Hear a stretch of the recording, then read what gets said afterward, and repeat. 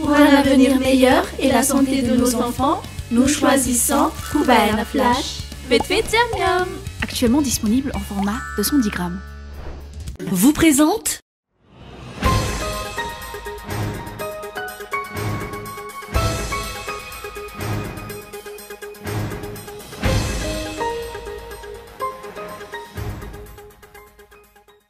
Les élections des chefs de Phuc Thanh prévues ce dimanche ont été reportées sur ordre du ministère de l'Intérieur. Si le préfet Antananarivo défend la nécessité d'élections pour rétablir la confiance, plusieurs députés réclament d'abord un cadre juridique. La délégation de la SADC a rencontré les députés à Timazaz pour échanger sur la situation politique actuelle. Selon les explications, sa mission vise à écouter et comprendre plutôt qu'à condamner Madagascar.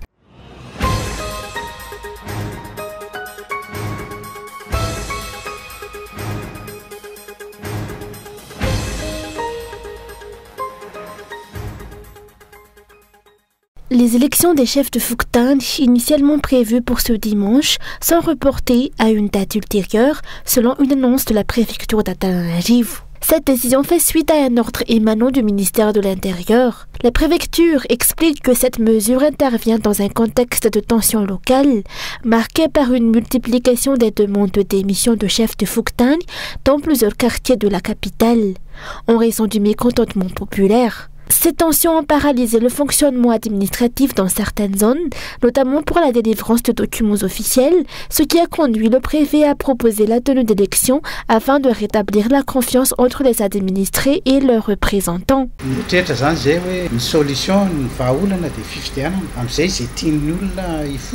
Nous pensions que les élections étaient la meilleure solution, c'est à la population de choisir ses représentants à la base. Mais un ordre est arrivé pour reporter le scrutin. Quand un chef de Phuc Thanh est nommé, certains abusent de leur position, se sentant protégés par leurs supérieurs. Cela conduit à des dérives, à des détournements d'aide, ce que la population ne supporte plus. Seules des élections peuvent garantir que les chefs de Phuc Thanh soient légitimement acceptés par la population.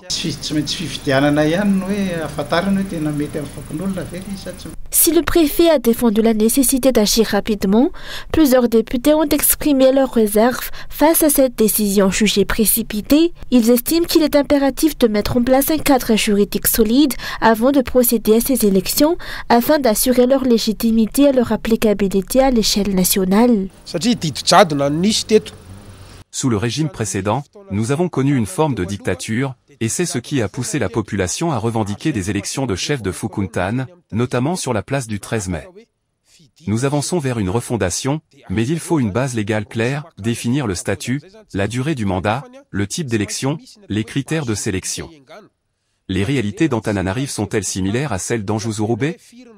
Toutes ces questions doivent être abordées dans un socle juridique. Si cela n'a pas été fait auparavant, c'est par manque de volonté politique des dirigeants précédents. Nous, députés du changement, prônons une refondation avec des fondements juridiques solides. Selon la législation en vigueur, les élections des chefs de Phuc Thanh doivent se tenir dans les 3 mois suivant l'installation de maires.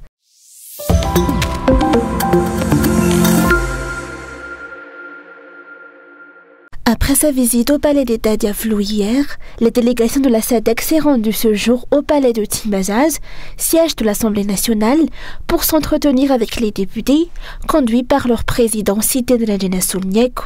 Les discussions portaient sur un échange d'éclaircissements mutuels concernant les récents événements politiques survenus dans le pays à la suite des mouvements populaires. Selon les explications, la mission de la SADC n'a pas pour objectif de condamner Madagascar, mais plutôt d'écouter et de comprendre les situations actuelles avant toute décision.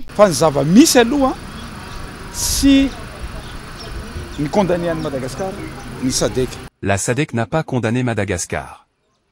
Elle est venue pour écouter, contrairement à l'Union africaine. Durant nos échanges, la délégation a surtout cherché comment aider les Malgaches à sortir de cette crise. Il n'a jamais été question de partage de pouvoir ni de cogestion, les députés ont réaffirmé que la solution à la crise doit venir des Malgaches eux-mêmes. Les consultations entre la SADC et les différentes parties prenantes se poursuivront dans les prochains jours. La mission prévoit encore de rencontrer les institutions de l'État, les forces armées, les partis politiques, la société civile, ainsi que les jeunes de la génération Z, sans oublier la communauté diplomatique internationale présente à Madagascar.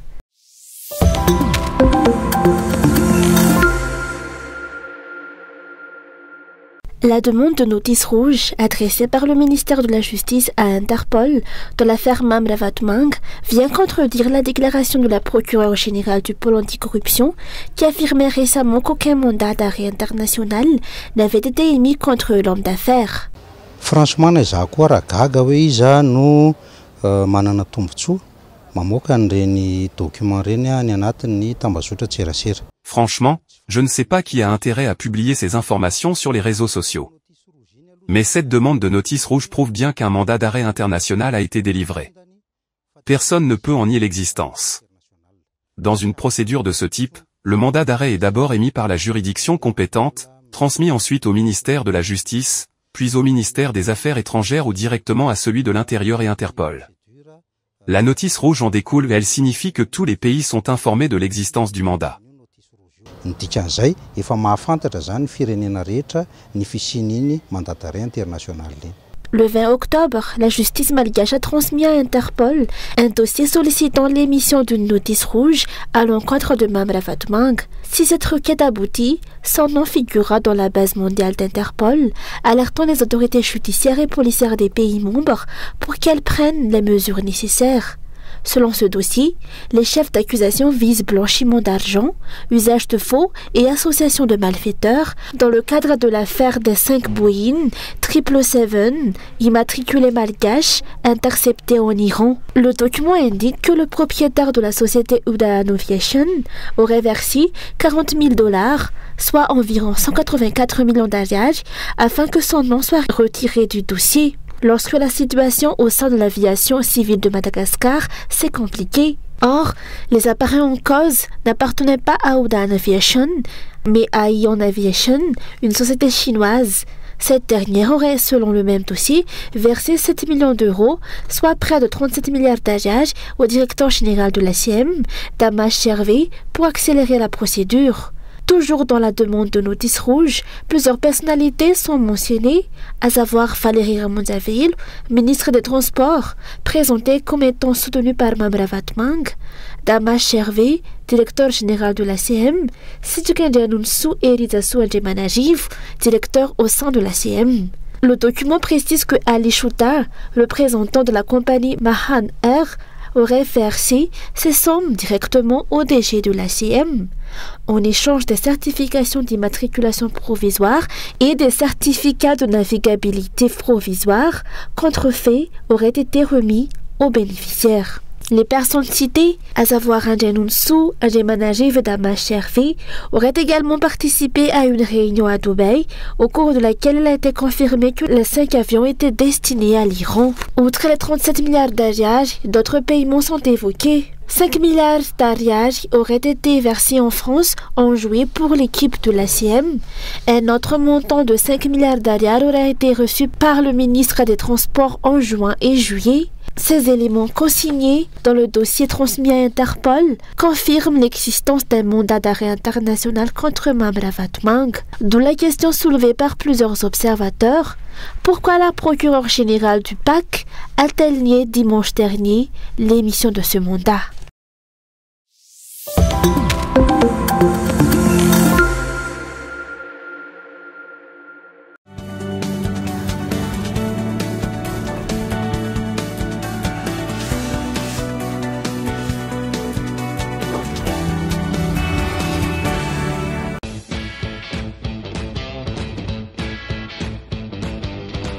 Marre de payer trop cher pour vos trajets? Avec InShave, vous choisissez le prix. Oui, ici, pas de tarifs imposés. En quelques clics, trouvez un trajet, négociez et partez. C'est simple, rapide et plus juste pour tout le monde. Téléchargez l'application InShave et reprenez le contrôle de vos déplacements.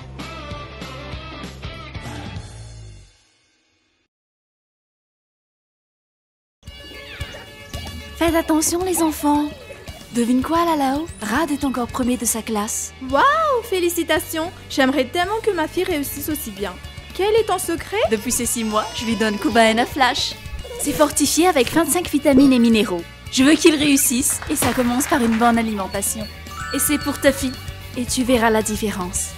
Merci Rassou, tu me donnes de l'espoir. Je veux aussi le meilleur pour ma fille. Pour un avenir meilleur et la santé de nos enfants, nous choisissons Kubaena Flash. Vite vite, miam miam. Actuellement disponible en format de 110 grammes.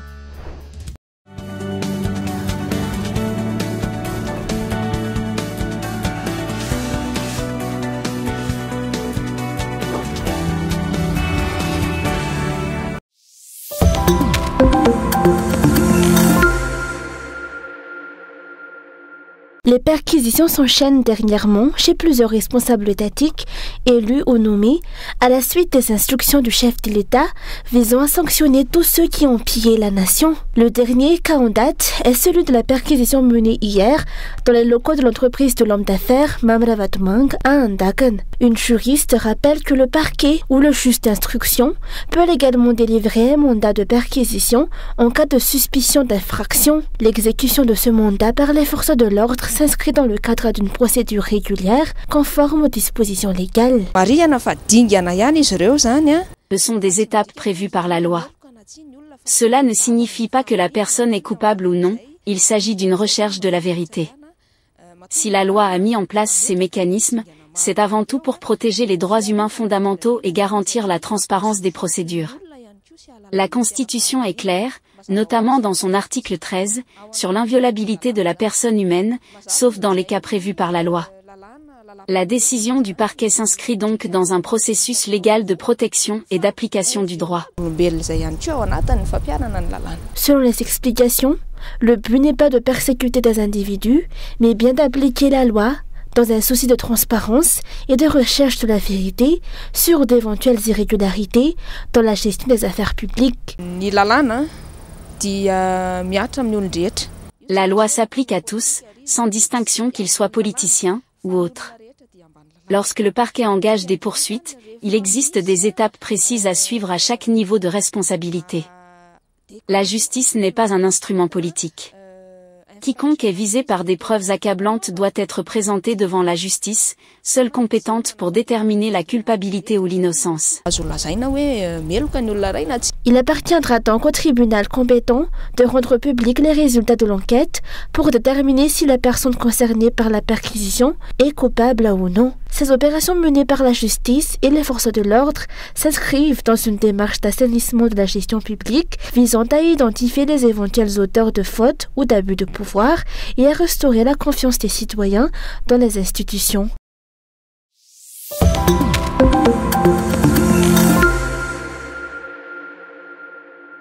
Les Nations Unies traversent actuellement une grave crise financière et prévoient une réduction de 15% de leur budget dès 2026.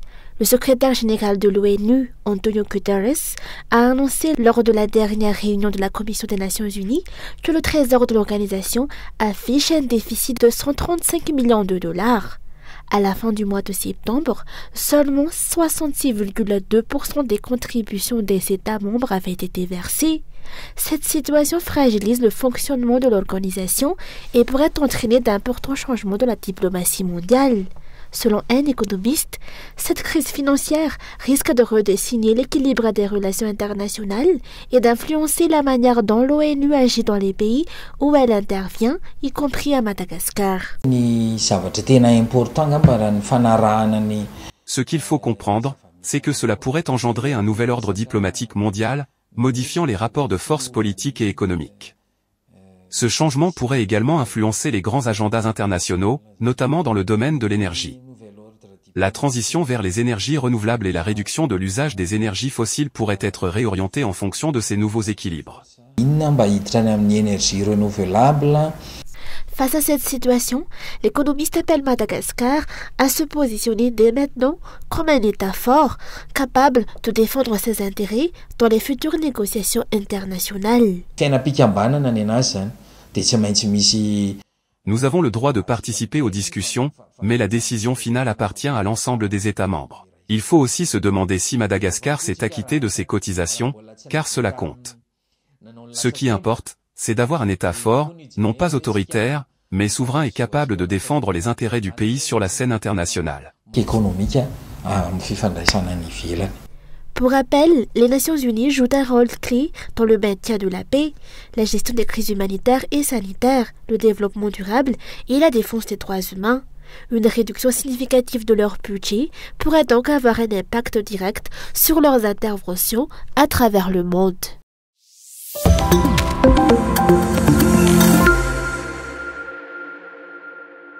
Suite à l'incendie d'envergure qui a frappé la partie nord de l'allée des Baobabs à Mourdave samedi, la cause exacte du sinistre n'est pas encore déterminée, mais les autorités locales et les responsables régionaux ont déjà ouvert une enquête pour en identifier l'origine. La population locale s'est fortement mobilisée pour empêcher la propagation des flammes vers les célèbres Baobabs, emblème du patrimoine naturel malgache. Cet événement suscite une vive inquiétude, selon les explications, car il menace l'un des sites naturels les plus emblématiques du pays, reconnu dans le monde entier pour sa beauté et sa valeur écologique. Les résultats de l'enquête ainsi que les mesures à prendre par les autorités sont attendus dans les prochains jours.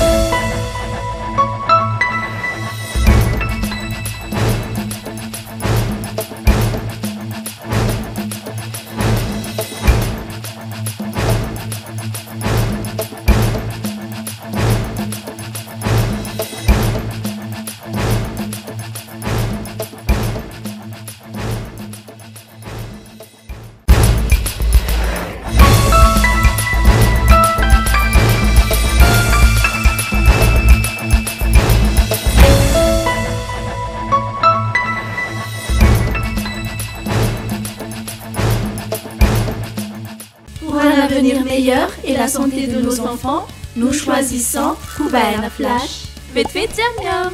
Actuellement disponible en format de 110 grammes. Vous a présenté